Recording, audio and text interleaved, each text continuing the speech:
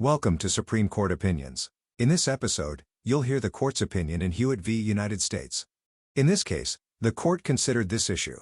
Does the First Step Act's sentencing reduction provision apply to a defendant whose original sentence was imposed before the Act's enactment, but was later vacated and resentenced after the Act took effect? The case was decided on June 26, 2025. The Supreme Court held that because a sentence has been imposed for purposes of Section 403B of the First Step Act only if the sentence is extant, i.e., has not been vacated, the Act's more lenient penalties apply to defendants whose previous 18 U.S.C. Section 924C sentences have been vacated and who need to be resentenced following the Act's enactment. Justice Ketanji Brown Jackson authored the 5-4 majority opinion of the court. When Congress employs the present perfect tense, has been imposed, it addresses whether something has continuing relevance to the present, not merely whether it occurred as a historical fact. The present perfect tense can refer to either an act, state, or condition that is now completed, or a past action that comes up to and touches the present, but in both senses it conveys that the event in question continues to be true or valid. A sentence has been imposed for Section 403B purposes only if it remains extant, that is, has not been vacated. This interpretation aligns with background legal principles that vacated court orders are void ab initio and lack prospective legal effect. Background principles confirm this interpretation. When interpreting statutes, courts recognize that Congress legislates against certain unexpressed presumptions, including that vacated court orders are treated as though they never occurred. Just as defendants with vacated prior felony convictions are not precluded from possessing weapons under the federal felon in possession ban, Section 403B retroactivity does not exclude those whose prior sentences have been vacated. The statute's use of present perfect rather than past perfect tense, especially when adjacent provisions use simple past tense, reinforces that only past sentences with continued validity preclude application of the Act's new penalties. Justice Samuel Alito authored a dissenting opinion, joined by Justices Clarence Thomas, Brett Kavanaugh, and Amy Coney Barrett, arguing that the present perfect tense in Section 403B refers to the historical fact of whether a sentence had been imposed as of the Act's enactment date, regardless of subsequent vacatur. The opinion is presented here in its entirety, but with citations omitted. If you appreciate this episode, please subscribe. Thank you. Justice Jackson delivered the opinion of the court, except as to Parts 4 and 5. Before the First Step Act was enacted in 2018, federal judges were required to sentence certain first-time offenders convicted of violating 18 U.S.C. Section 924C, a law that criminalizes the possession of a firearm while committing other crimes, to stack 25-year periods of incarceration. The First Step Act eliminated this harsh mandatory minimum penalty. Congress also made the Act's more lenient penalties partially retroactive. Section 403B specifies that the Act applies if a sentence has not been imposed upon an eligible Section 924C offender as of the date of the First Step Act's enactment. The question presented here concerns an edge case. What penalties apply when a Section 924C offender had been sentenced as of the Act's enactment, but that sentence was subsequently vacated, such that the offender must face a post-Act resentencing? We hold that, under that circumstance, a sentence has not been imposed for purposes of Section 403B. Thus, the First Step Act's more lenient penalties apply. Title 18 U.S.C. Section 924C criminalizes the use or possession of a firearm during and in relation to a crime of violence or drug trafficking offense. The statute prescribes a 5-year mandatory minimum penalty for any first-time offense, which must run consecutively to any other term of imprisonment. Before the First Step Act, Section 924C also contained a recidivism enhancement that required imposition of an additional 25 years of imprisonment, on top of the 5-year mandatory minimum, for any second or subsequent conviction under this subsection. In Deal v. United States, this court interpreted that recidivism-related language to require an enhanced penalty for each and every Section 924C count of conviction beyond a defendant's first, even if those convictions were part of the same criminal prosecution. As a result, a first-time offender convicted of 2 Section 924C counts would receive a mandatory 25-year sentence on the second count, stacked upon, i.e., running consecutively to, the first count's mandatory 5-year sentence, for a total of 30 years of imprisonment. And each additional Section 924C count would add another 25 years to that defendant's total term of incarceration. Under this stacking interpretation of Section 924C's recidivism enhancement, sentences for Section 924C offenses ballooned rapidly to span decades or even centuries. On December 21, 2018, a supermajority of Congress enacted the First Step Act, a landmark piece of legislation that changed the federal criminal sentencing system in numerous respects. Among other things, Section 403A of the First Step Act clarified that district court judges are not required to impose stacked 25-year sentences when sentencing first-time Section 924C offenders. Abrogating this court's decision in Deal, the statute established instead that, for first-time offenders, 5-year mandatory minimums apply to each count of conviction.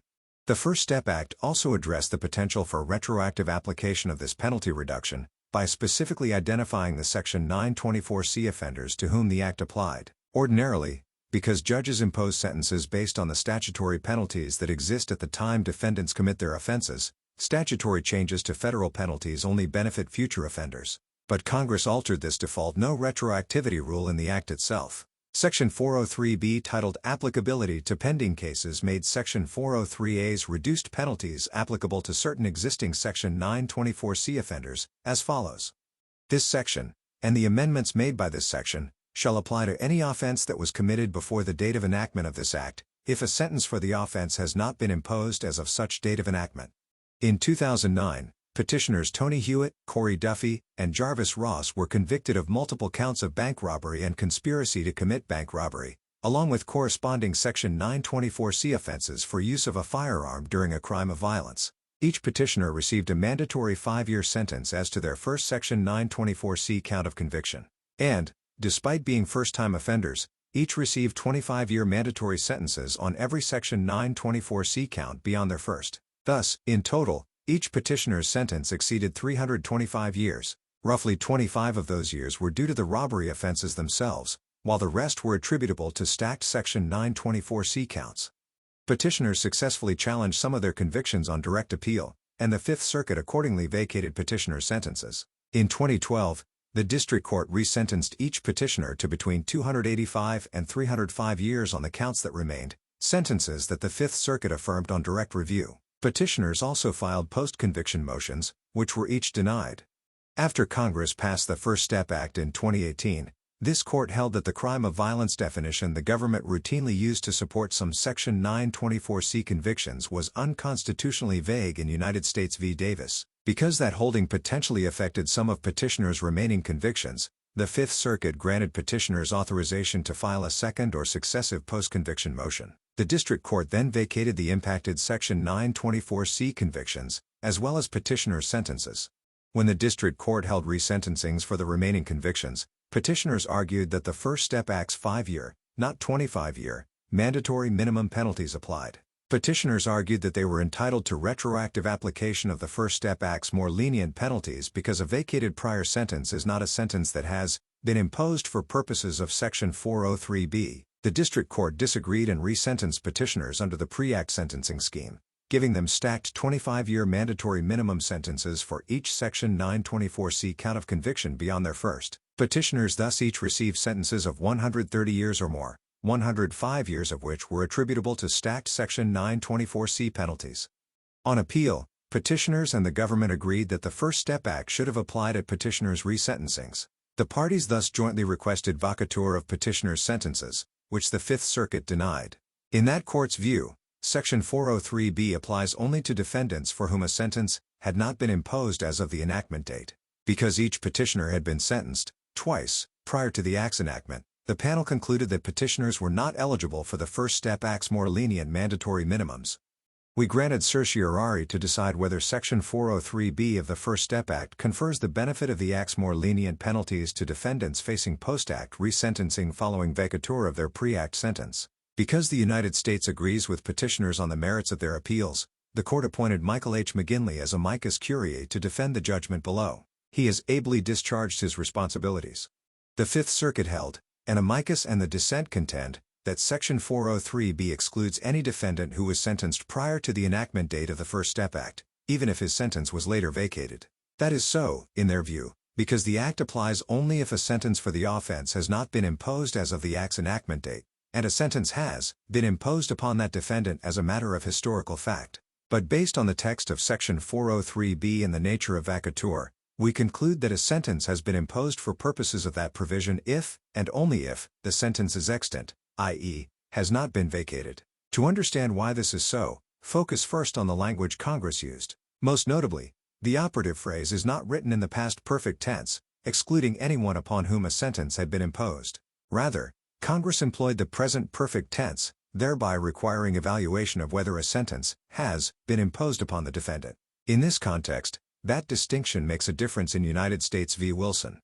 The present perfect tense can refer to either 1. An act, state, or condition that is now completed, or 2. A past action that comes up to and touches the present, but when used in either sense, the tense simultaneously involves reference to both past and present. That is, while the primary focus is on the present, the past maintains current relevance. Thus, one might employ the present perfect tense to describe situations involving a specific change of state that produces a continuing result.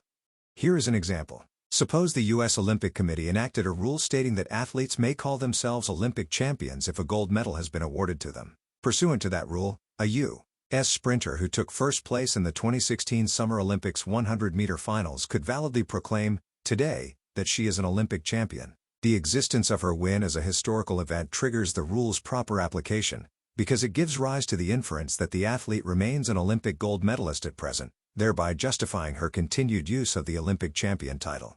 But now imagine that the Olympic Committee stripped this sprinter of her medal after discovering that she used performance-enhancing drugs during the competition. Can that athlete, under the rule, still call herself an Olympic champion? The answer is no. Yes, she had been awarded such a medal, but it was revoked. The fact that she stood on the podium and was declared the winner in 2016 is inapposite for purposes of establishing whether she qualifies for Olympic champion bragging rights under the rule today. When used in this way, the present perfect tense conveys to a listener that the event in question continues to be true or valid.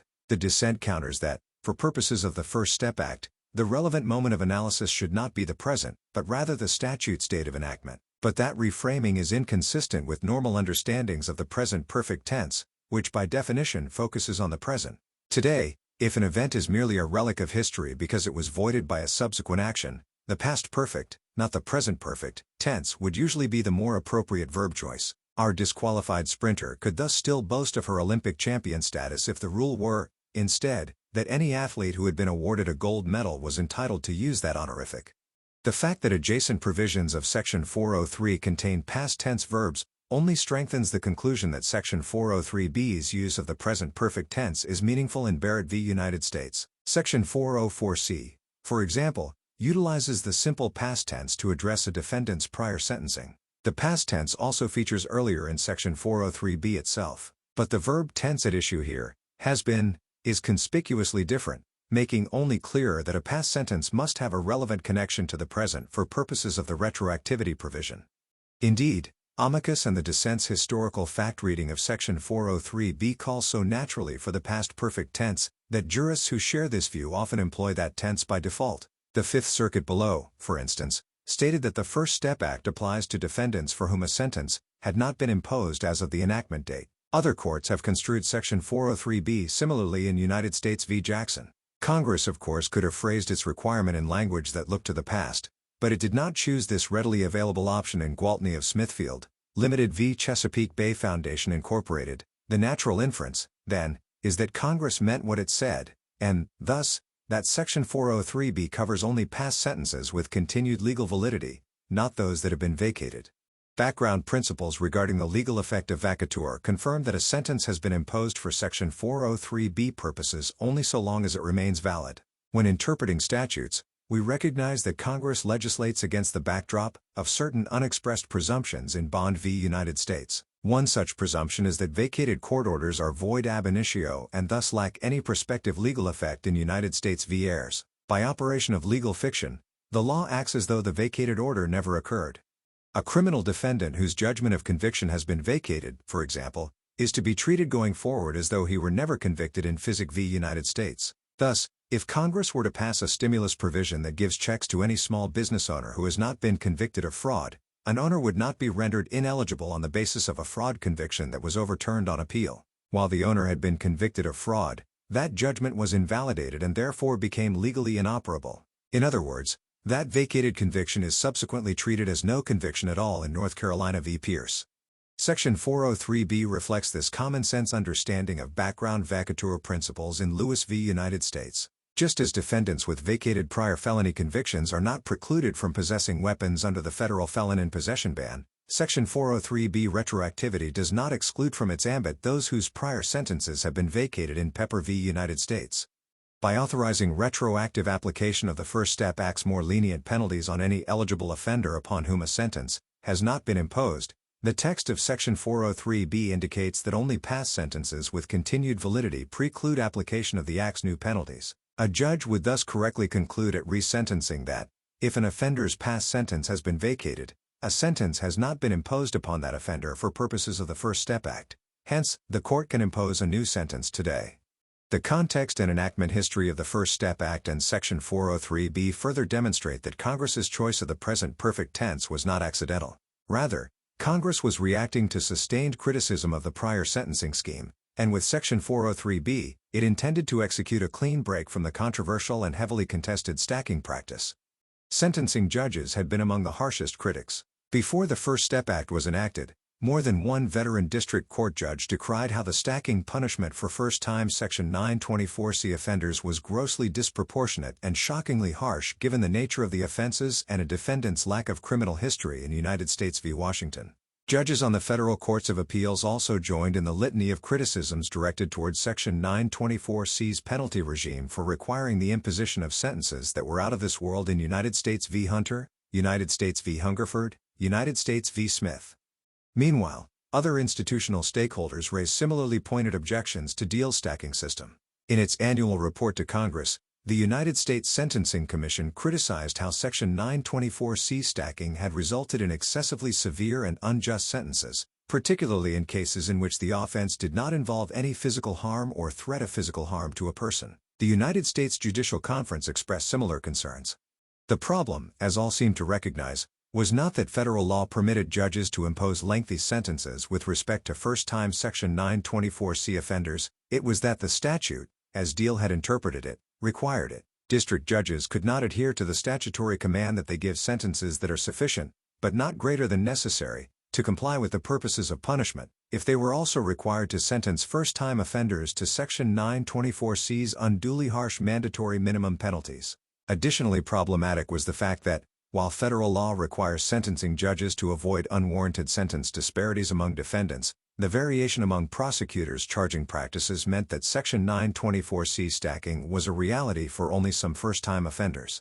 With sentencing judges routinely imposing what amounted to mandatory life sentences on first-time Section 924C offenders, in 2018, Congress eventually heeded the public outcry. An extraordinary political coalition formed, as members of Congress worked together to develop a bipartisan sentencing and prison reform bill to address Section 924C stacking. The First Step Act was the much-anticipated, much-heralded fruit of their labor, and one that many in Congress hoped would yield immediate benefits. It is noteworthy for present purposes that the statute Congress crafted to depart from the much-maligned stacking sentencing regime did so in a two-part fashion.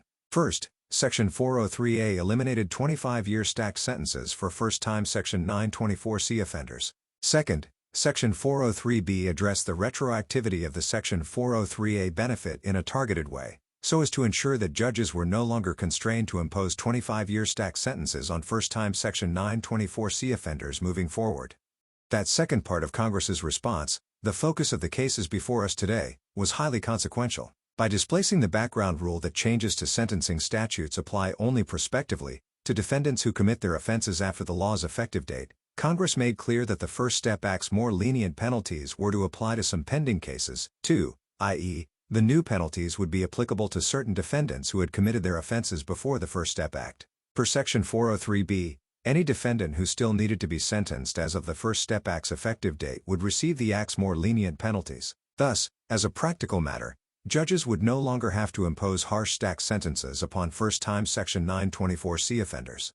Notably, because Section 403B retroactivity was only partial, it differed substantially from the full retroactivity Congress employed with respect to other kinds of penalty changes it instituted in the First Step Act in Terry v. United States. Congress certainly had the full retroactivity option before it when it crafted Section 403. Indeed, earlier versions of the Act would have extended Section 403A benefits to at least some Section 924C offenders who were already sentenced. But authorizing the reopening of closed cases upends finality and can also be administratively burdensome.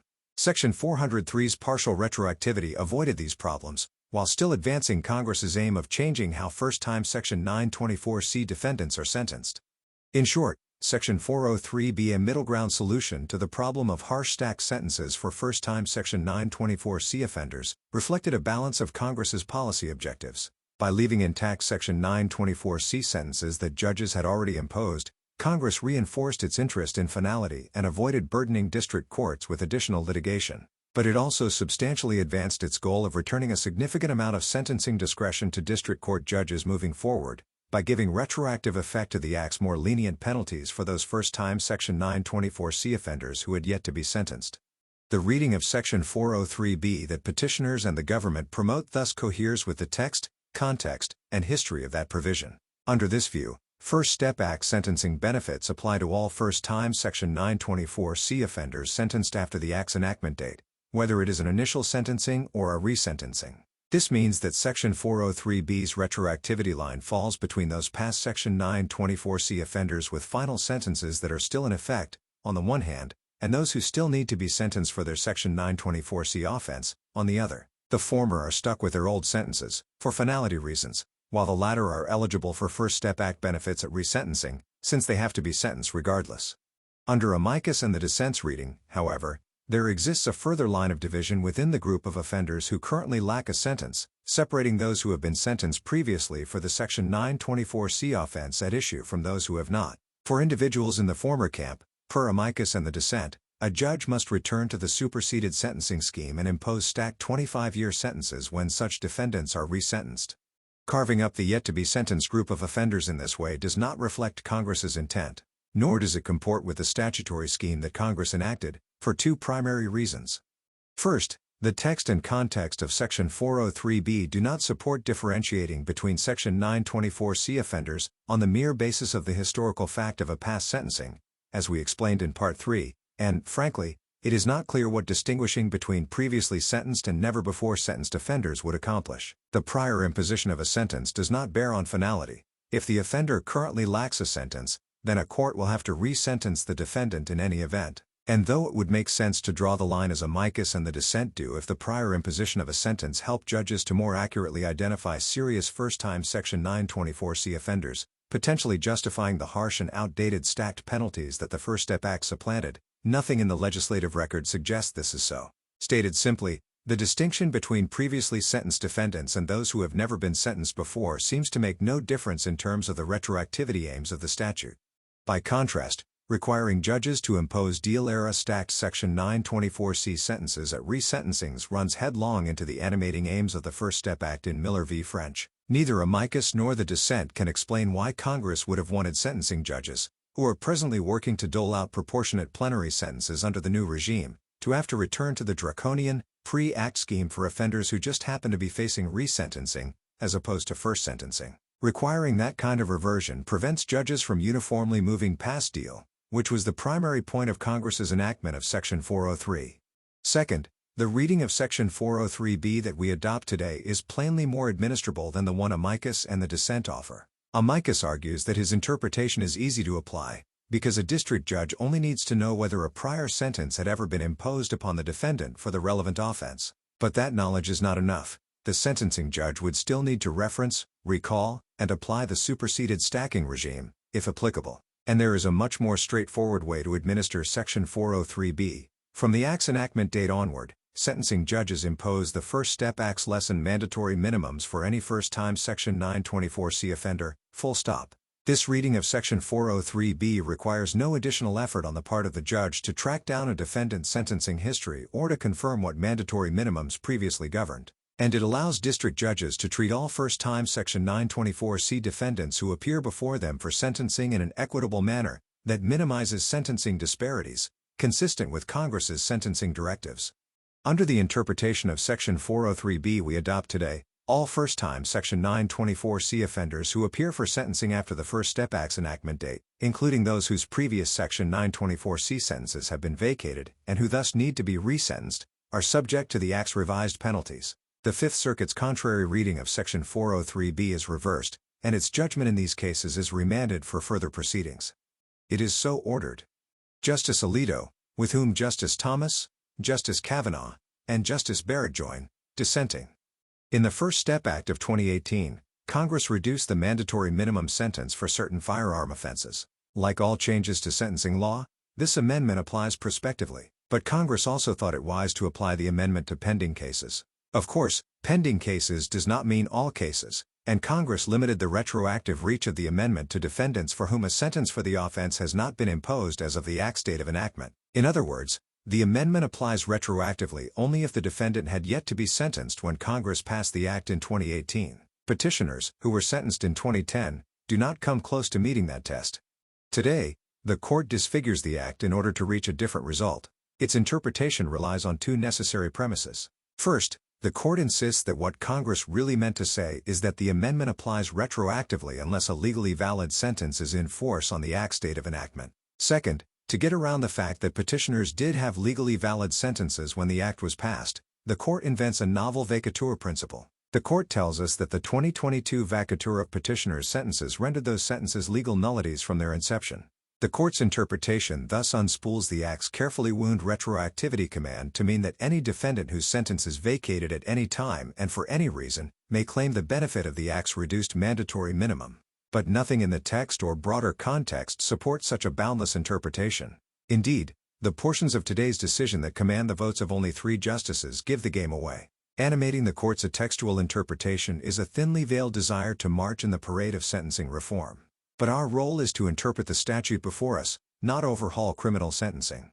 16 years ago, a jury convicted petitioners Corey Duffy, Tony Hewitt, and Jarvis Ross of multiple 18 U.S.C. Section 924C offenses for use of a firearm in furtherance of a crime of violence.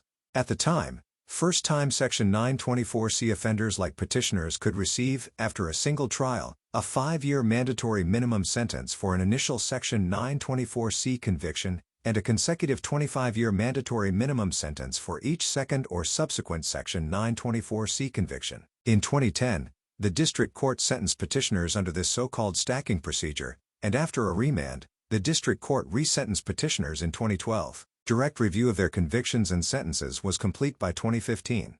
Petitioners' sentences had thus long been final when Congress enacted the First Step Act on December 21, 2018. The Act introduced a bevy of sentencing reforms, including an amendment that eliminated the practice of Section 924C sentence stacking.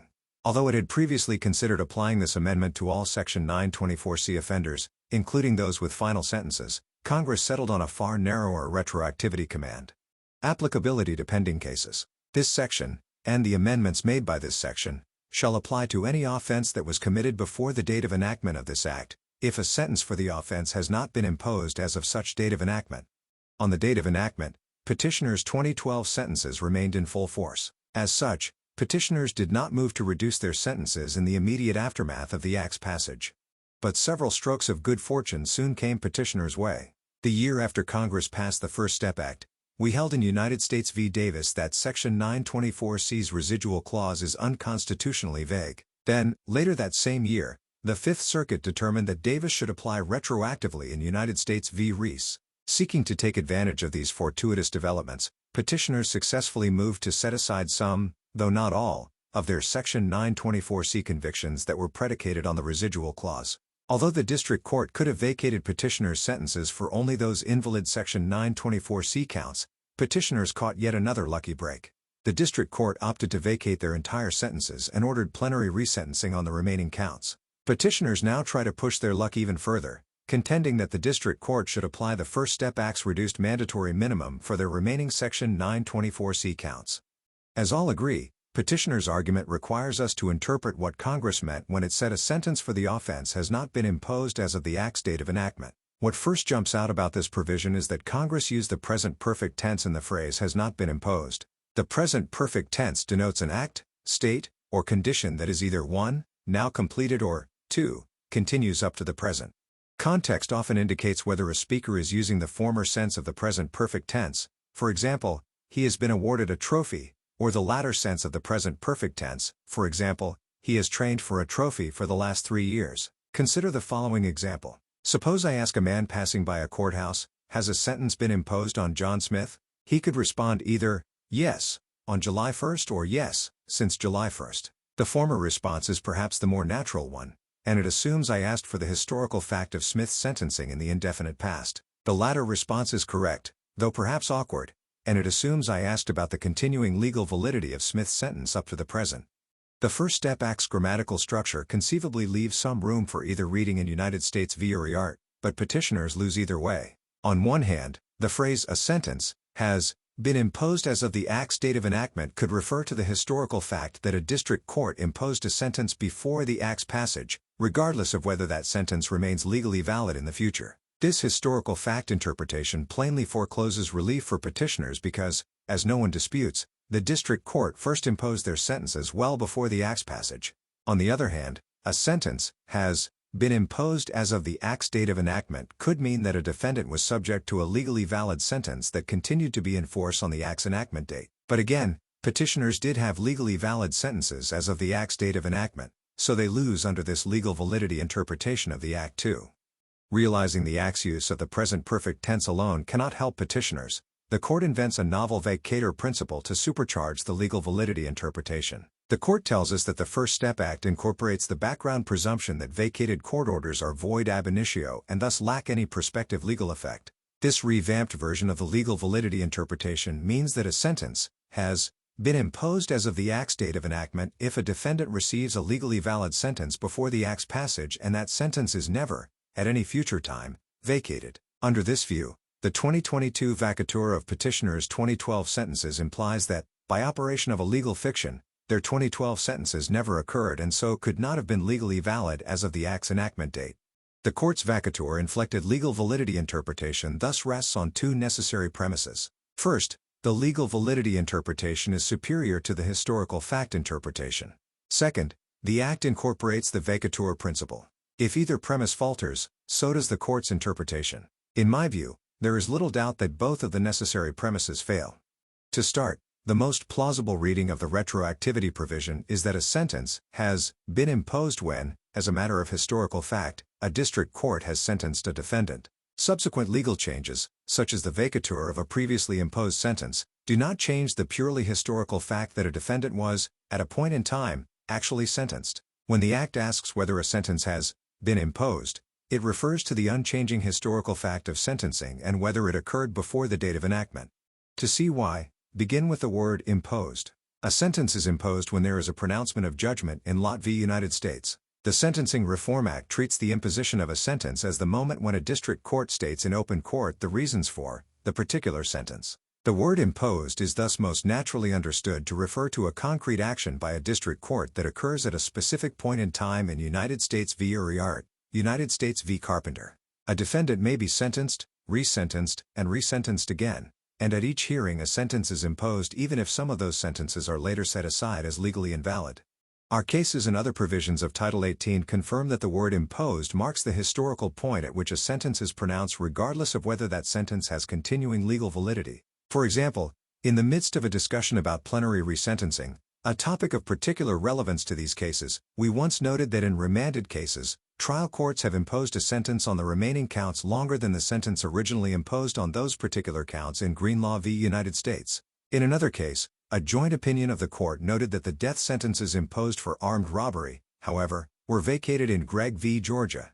In both instances, our use of imposed signified only that a court had, at some point in time, pronounced a sentence. Our use of imposed could not possibly be understood to refer to the legal validity of those later invalidated sentences. Further, in other parts of Title 18, Congress uses imposed to signify the historical fact of a sentence, not its continuing legal validity. I see no reason to think Congress intended a different meaning of imposed in another provision of Title 18. Additional support for the historical fact interpretation is found in Congress's use of the phrase "a sentence." The word "a" is an indefinite article that points to a nonspecific object, thing, or person that is not distinguished from the other members of a class. In that sense, Congress's use of the indefinite article lends a broad construction to the word sentence, as if to say any sentence ever imposed, including a later vacated sentence. In conjunction with the word imposed, the phrase "a sentence" thus puts the statutory focus on the existence of any kind of sentence pronounced in the record, regardless of that sentence's present legal status. Indeed, contrary to the court's suggestion, the word "sentence" does not ineluctably mean a legally valid sentence. Our own cases prove the point because we have often found it necessary to clarify whether a sentence is valid or invalid in Swarthout v. Cook, Pollard v. United States, Richmond v. Lewis, United States v. Uriart.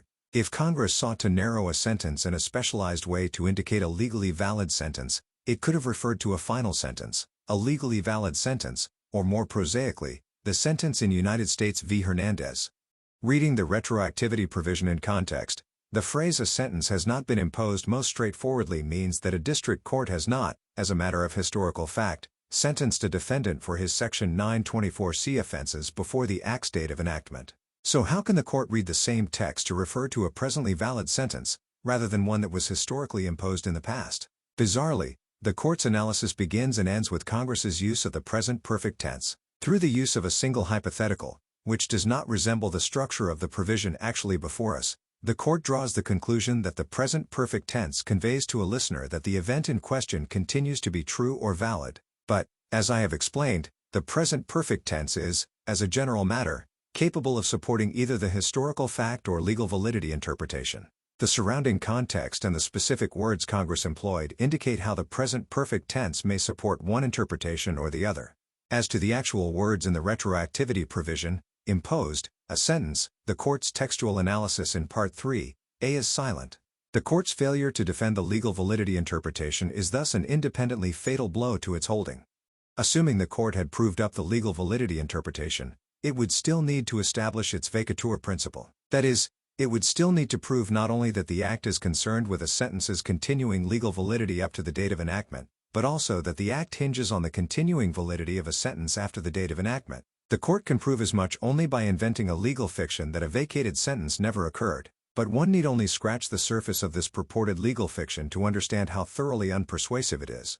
As a preliminary matter, the court's vacatur principle does not exist. The court assures us that there is a well-established principle in the criminal law that vacated court orders are void ab initio and thus lack any prospective legal effect. It derives this rule by overreading a few creative turns of phrase in our cases in North Carolina v. Pierce, Pepper v. United States. But a more careful reading of our precedents and other provisions in Title 18 indicates that vacatur does not erase the historical fact of a previously imposed conviction or sentence. Further, even if the vacatur principle exists, the Act's retroactivity provision does not incorporate it. Our precedents foreclose the court's vacatur principle. Take, for example, one of the cases the court cites, Lewis v. United States. There, the defendant challenged his conviction under a federal statute prohibiting any person who has been convicted by a court of the United States or of a state from receiving, possessing, or transporting any firearm. The defendant argued that his predicate state conviction was invalid because he lacked counsel and that, as such, he could not be convicted as a felon in possession under the federal statute.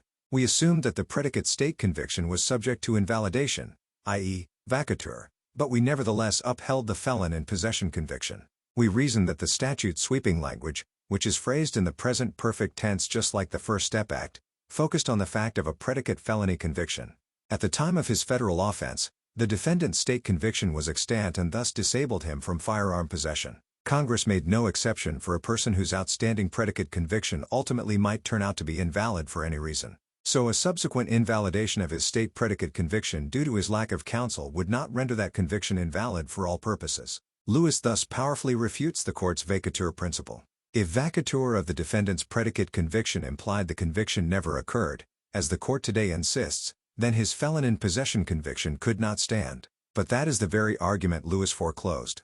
Although it supports the petitioners in this appeal, the United States also concedes, albeit sheepishly in a footnote, that the court's general background legal principle that vacatur makes a sentence void from the start for all purposes is incorrect in brief for United States. As it acknowledges, lower courts routinely follow Lewis and uphold convictions despite the later vacatur of predicate offenses in Burrell v. United States v. Robertson.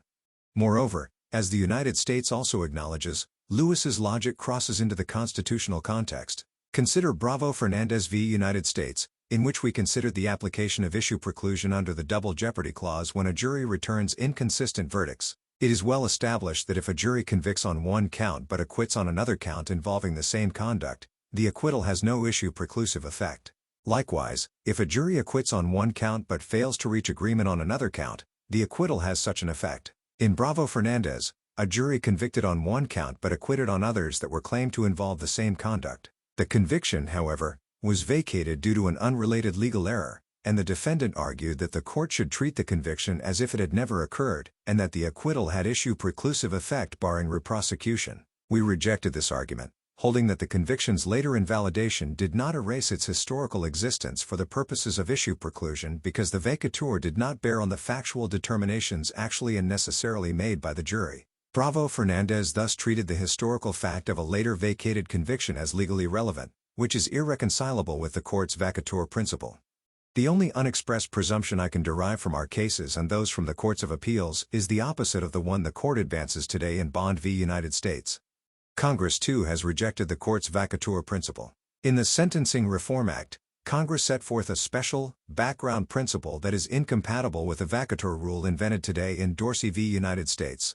That is, after a sentence is vacated, a district court during resentencing must apply the sentencing guidelines that were in effect on the date of the previous sentencing of the defendant prior to the appeal. The vacatur of an initial sentence thus does not wipe the slate clean in relation to the guidelines range in Pepper v. United States. Petitioners try to write off this provision as a deviation from the background presumption that vacatur voids a sentence ab initio, but Section 3742G, 1's anti-vacatur rule cannot be described as a minor exception to an otherwise widespread principle. The rule does not appear in some little-used backwater of the Sentencing Reform Act in West Virginia v. EPA. Rather, it is incorporated into the default procedures that apply in every criminal sentencing. In short, the court's failure to show that its own rule existed as a background matter when Congress enacted the First Step Act is fatal to its position in Coinbase Incorporated v. Bielski. Even assuming the vacatur principle is not a figment of the court's imagination, it lacks any foothold in the Act's text. When called on to resolve a dispute over a statute's meaning, this court normally seeks to afford the law's terms their ordinary meaning at the time Congress adopted them in Nies-Chavez v. Garland. Of course, we sometimes look to background common law principles to fill in obvious gaps in statutes, such as a missing mens rea element in a criminal statute in Staples v. United States, Agency Holding Corporation v. Malley Duff and Associates Incorporated, Marks v. General Revenue Corporation, or we import extra textual meaning when Congress employs a term of art that had an established meaning under a relevant backdrop in Stewart v. Dutra-Constra. The First Step Act fits neither mold, and the court makes no effort in Part 3(b) to analyze how its vacatur principle maps onto the text. The court points to no obvious gap in the Act's retroactivity provision that could be filled with recognized background principles of construction in Bond v. United States. Nor does the court suggest that the utterly ordinary words in the Act's retroactivity provision carry some specialized meaning related to vacatur. In the absence of some strong contrary indication of specialized meaning, we must assume that the ordinary meaning of words like sentence, which captures both extant and vacated sentences, controls in Monsalvo Velázquez v. Bondi. The superiority of the historical fact interpretation and the non-existence of the court's vacatur principle are independent reasons to reject the court's holding. But even if the matter were close, two more factors counsel against the court's rule. First, the retroactivity provision's title, Applicability to Pending Cases, advises against the court's boundless interpretation. The title of a statute and the heading of a section are tools available for the resolution of a doubt about the meaning of a statute in Dubin v. United States, Yates v. United States. Here, the phrase pending cases suggests Congress was concerned with the finite population of defendants who, on the date of the First Step Act's enactment, lacked an initial sentence for Section 924C offenses. But the court's vacatur principle would obliterate that close set and refashion the retroactivity provision as an open-ended entitlement for any defendant convicted of multiple Section 924C offenses whose sentence is vacated at any time and for any reason. That means, as the United States concedes, the universe of pending cases would increase. For example, anytime this court issues a decision that affects the validity of 924C sentences. If Congress intended the retroactivity provision to benefit such an amorphous population that may forever grow in size, I seriously doubt it would have labeled the Act's retroactivity provision with the phrase pending cases. Second, the presumption against retroactivity further weighs against the court's unnecessarily broad interpretation. The federal savings statute sets forth an important background principle of interpretation that a new criminal statute that repeals an older criminal statute shall not change the penalties incurred under that older statute, unless the repealing act shall so expressly provide in Dorsey v. United States. Accordingly, Congress may give retroactive effect to new reductions in criminal penalties, but it must do so with plain import or fair implication. Here, the First Step Act provides a clear intent to rebut the presumption against retroactivity as to offenders for whom a sentence has not been imposed. Although I believe the scope of that retroactivity command is sufficiently clear for the reasons I have already given, to the extent there is any ambiguity about how far the Act's retroactivity command should go, the presumption puts a thumb on the scale against construing the retroactivity command to its broadest extent as the Court does today. After the Court is through with the text and non-existent principles of vacatur, 3 justices continue on for pages, sparing no effort, to extol the much-anticipated, much-heralded First Step Act. But what is the point of all this lauding? Perhaps realizing the weakness of their textual argument, the 3 justices think it wise to spruce up the opinion. They attempt to do so by asserting that when a bipartisan supermajority of Congress passes landmark legislation, it intends to go big, down to the very last subsection, or here, application note to a subsection. So I gather they would have us broadly construe every atom of the landmark First Step Act in a way that furthers Congress's supposedly grand ambition to turn the page on harsh sentencing practices. There is no landmark canon of construction requiring the Court to construe important legislation to its furthest possible implication.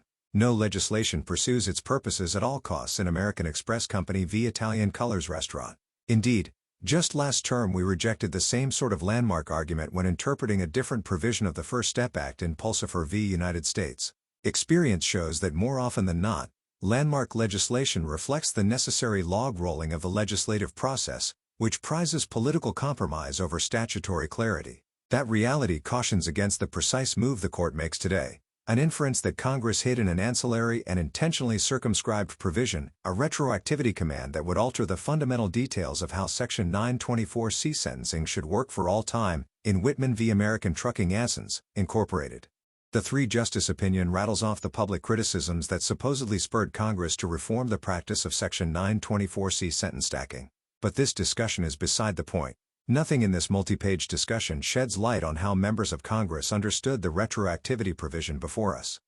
Carried away with its enthusiasm for the changes effected by the First Step Act, the 3 justices bestow an entirely undeserved windfall on the actual petitioners in these cases. Due to the especially violent nature of their robberies, petitioners were convicted of more than a dozen Section 924C offenses, about half of which were not predicated on Section 924C's residual clause. In 2019 we decided Davis and provided a basis to set aside petitioners' Section 924C convictions under the residual clause, but Davis did nothing to disturb petitioners' other Section 924C convictions and associated mandatory minimum sentences. In cases involving multi-count indictments and a successful attack by a defendant on some but not all of the counts of conviction, a court, in such instances, may vacate the entire sentence on all counts and reconfigure the sentencing plan in toto in Greenlaw v. United States. But, as petitioners' counsel conceded, courts are under no obligation to follow this convention and may instead choose to vacate only those parts of the sentence related to an intervening change in law. Nor does this strike me as a case in which full vacatur was warranted. Section 924C convictions must run consecutively with any other term of imprisonment, so Section 924C sentences are presumably easier to identify and extract from a defendant's total term of imprisonment, often obviating the need for a plenary resentencing. The likely unnecessary vacatur of each petitioner's entire sentence was thus a stroke of good fortune that opened the door to petitioners' First Step Act claims. The lower courts, correctly, rejected those efforts, but petitioners have found a sympathetic audience in this court. The 3 justices attribute today's outcome to grand congressional design coming to fruition, but in reality, petitioners' change in fortune can be attributed only to the happenstance of legal developments with not the faintest relationship to the First Step Act. The Court ignores Congress's intention to afford only limited retroactive relief to certain offenders under the First Step Act. Instead, the Court embraces an interpretation that has no limiting principle and affords petitioners a windfall. That is an indefensible result based on indefensible reasoning. I cannot agree with the Court's decision, so I must respectfully dissent. Thanks for listening. This podcast is not affiliated with the United States Supreme Court or its staff in any way. The summary of this opinion given in the introduction was taken from the summary provided at oyez.org. Any mistakes in the opinion you just heard should be attributed to this podcast. If you would like to support my efforts to make Supreme Court opinions available to the public, please subscribe. Thank you.